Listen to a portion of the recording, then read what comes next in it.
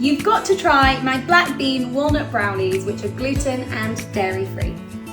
For this recipe, you'll need 4 eggs, 200 grams of coconut oil, 2 teaspoons of vanilla extract, 150 ml of maple syrup, 125 grams of walnuts, chopped or crushed, 500 grams of black beans and 75 grams of cacao powder.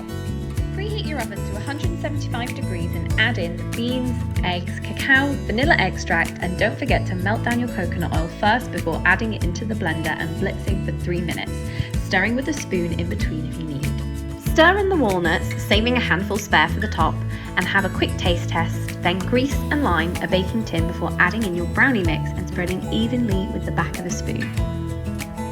Sprinkle the rest of the walnuts on top of the mixture and place in the oven for 45 minutes, and remove once the brownie is firm and the surface shows up cracked.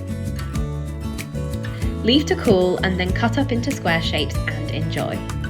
Simple, nutritious, oh so delicious.